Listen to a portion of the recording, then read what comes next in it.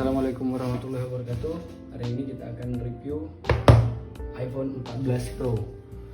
Jadi kalau review biasanya mungkin udah banyak video-video review yang lainnya. Jadi kali ini kita akan sebenarnya nggak nge-review juga, tapi kita mau membandingin nih hands-on-nya iPhone 14 Pro ini dengan mungkin iPhone yang sudah Mimin pakai sebelumnya, iPhone 11 Pro, terus iPhone 12 Pro, iPhone 13 Pro Max.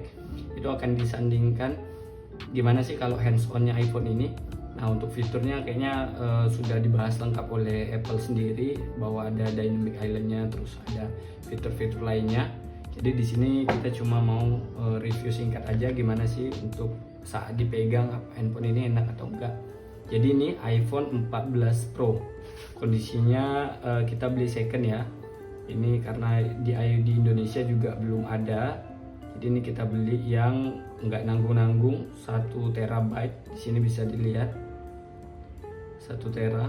Nah, kita bakal secara fisik ini handphone sama aja kalau dipegang. Jadi nggak ada perbedaan dengan iPhone 12 Pro atau 12 biasa, cuma beda mungkin sedikit lebih berat, dan di sini kameranya bisa terlihat lebih menonjol. Jadi ini iPhone yang Mimin pakai dari iPhone 11 Pro, 12 Pro, dan ini 13 Pro Max.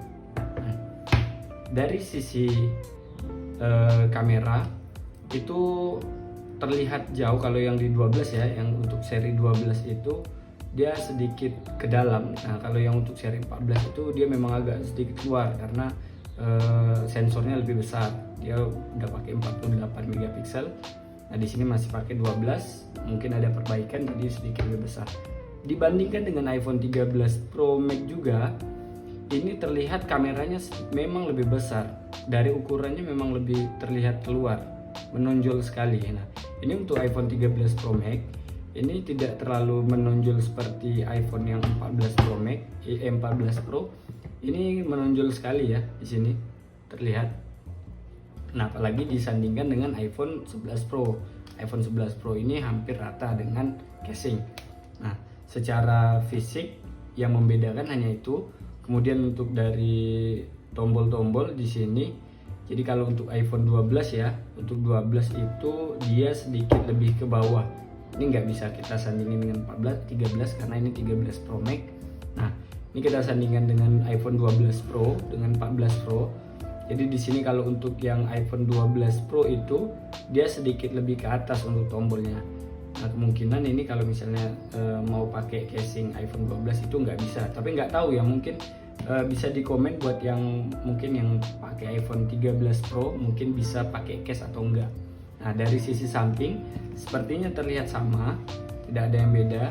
Dari sisi ukuran juga kalau untuk iPhone 12 ini 12 itu slot SIM-nya agak ke bawah. Nah, untuk iPhone 14 ini posisinya di atas. Kita belum buka iPhone-nya, nanti kita akan kalau ada waktu dan memang ada servisan akan kita disassemble handphonenya, kita buka gimana untuk posisi-posisi pada bagian-bagian mesinnya. Nah, di sini terlihat sedikit lebih ke atas untuk slot SIM-nya dibandingkan dengan iPhone 12 Pro. Nah, dengan untuk ukuran 13 Pro sepertinya sama karena dia sedikit lebih ke atas. Nggak tahu nanti untuk yang 13 Pro karena Mimin nggak pegang 13 Pro. Di sini hanya ada 13 Pro Max, jadi nggak bisa disandingkan untuk posisi tombol. Nah, sisi kamera, sisi belakang sama aja karena dia sedikit lebih menonjol aja ya. Kalau dilihat sih nggak enak ya karena posisinya menonjol gini ya. Tapi kalau dipegang ini beneran enak karena kayak nyanggah jari kita gitu, kayak gini. Nah, jadi kayak kesanggah gitu tangan. Jadi jari itu kayak pakai apa ya? Kayak pakai ring gitu loh, enak gitu kan dipegang. Nah, handphonenya, Mimin mau tes ini handphone buat ngegame. Jadi ini kan Dynamic Island ini ada yang bilang ganggu posisi tombol, ganggu apa enggaknya. Nah, kita mau tes di sini.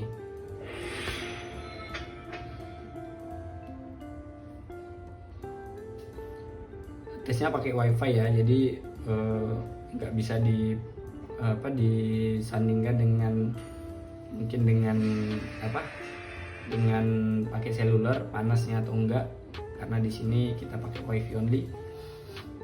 Kita tes. Sepertinya iPhone ini terlalu kencang buat Mobile Legends. Harus ada game yang lebih berat daripada Mobile Legends. Apakah itu Mimin harus download lagi game yang lain? Enggak sih ya, di sini enggak ngali juga ya. Dynamic Island-nya enggak ganggu juga. Coba kita nyalain ini, kita coba putar. Enggak juga sih, sama aja kayaknya. Enggak ganggu banget sih Dynamic Island kayaknya. Oke aja kayaknya. Banyak yang bilang ini ngeganggu gitu loh, karena posisinya ngali gitu. Oh, ini bisa ditekan ya. Baru tahu kalau Dynamic Island ternyata bisa ditekan.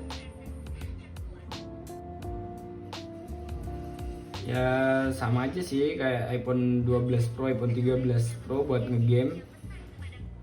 Kayak gini aja handphonenya, sama aja. Di sisi belakang juga nggak terlalu ganggu untuk posisi kameranya.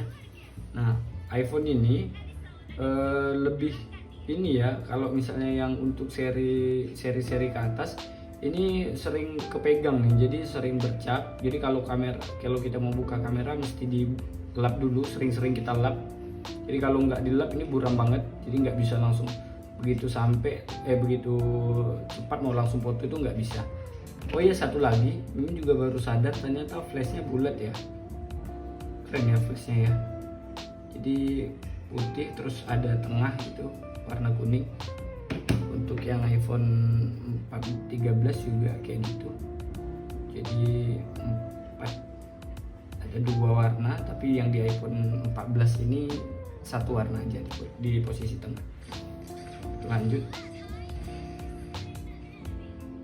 Oke sih, kayaknya ini handphone nggak seperti yang mungkin ada yang penasaran aja sih. Video ini buat yang penasaran aja, gimana sih kalau iPhone 14 itu dipegang, sama nggak sih rasanya dengan megang iPhone 12 gitu loh, dan dengan megang iPhone 11 Pro dengan megang iPhone 13 gitu loh. Secara tampilan sama aja sih kayaknya. Dan kalau untuk pemakaian sekarang sepertinya pemakai iPhone 12 ya, 12 dan 13 sepertinya belum butuh banget buat update, karena juga ini iPhone 12 juga masih oke juga. iPhone 13 apalagi masih sangat worth it gitu loh. Kalau kamera juga ya, kalau nggak profesional banget kayaknya nggak perlu banget lah pakai 48 megapiksel. Apalagi kalau yang harian cuman buat instastory atau ya foto-foto biasa, sepertinya 12 megapiksel itu mumpuni, karena semakin besar ukuran piksel kamera itu semakin besar kapasitas memori yang dimakan. Jadi kalau handphone ini dengan kapasitas 12 megapiksel dengan 1 tera dengan kualitas foto 12 megapiksel itu misal itu bisa 10.000 foto, tapi kalau dengan 48 megapiksel itu mungkin nggak sampai 10.000. Nggak tahu berapa rasionya, tapi semakin besar megapiksel itu semakin besar memori yang dimakan. Oke, begitu aja reviewnya, nggak terlalu panjang lebar. Mungkin udah banyak review yang beredar. Sini cuman mau ngebandingin aja sih untuk bagaimana sih posisi kameranya, ganggu banget nggak atau gimana, terus posisi Dynamic Island pada saat ngegame itu ngeganggu atau enggak. Jadi selama tes beberapa menit belakang itu nggak ganggu sama sekali. Malahan kamera yang nonjol ini agak lebih enak buat sandaran jari di sini. Oke, sekilas saja reviewnya. Kalau kamu suka dengan video ini, jangan lupa like, komen, dan subscribe channel ini.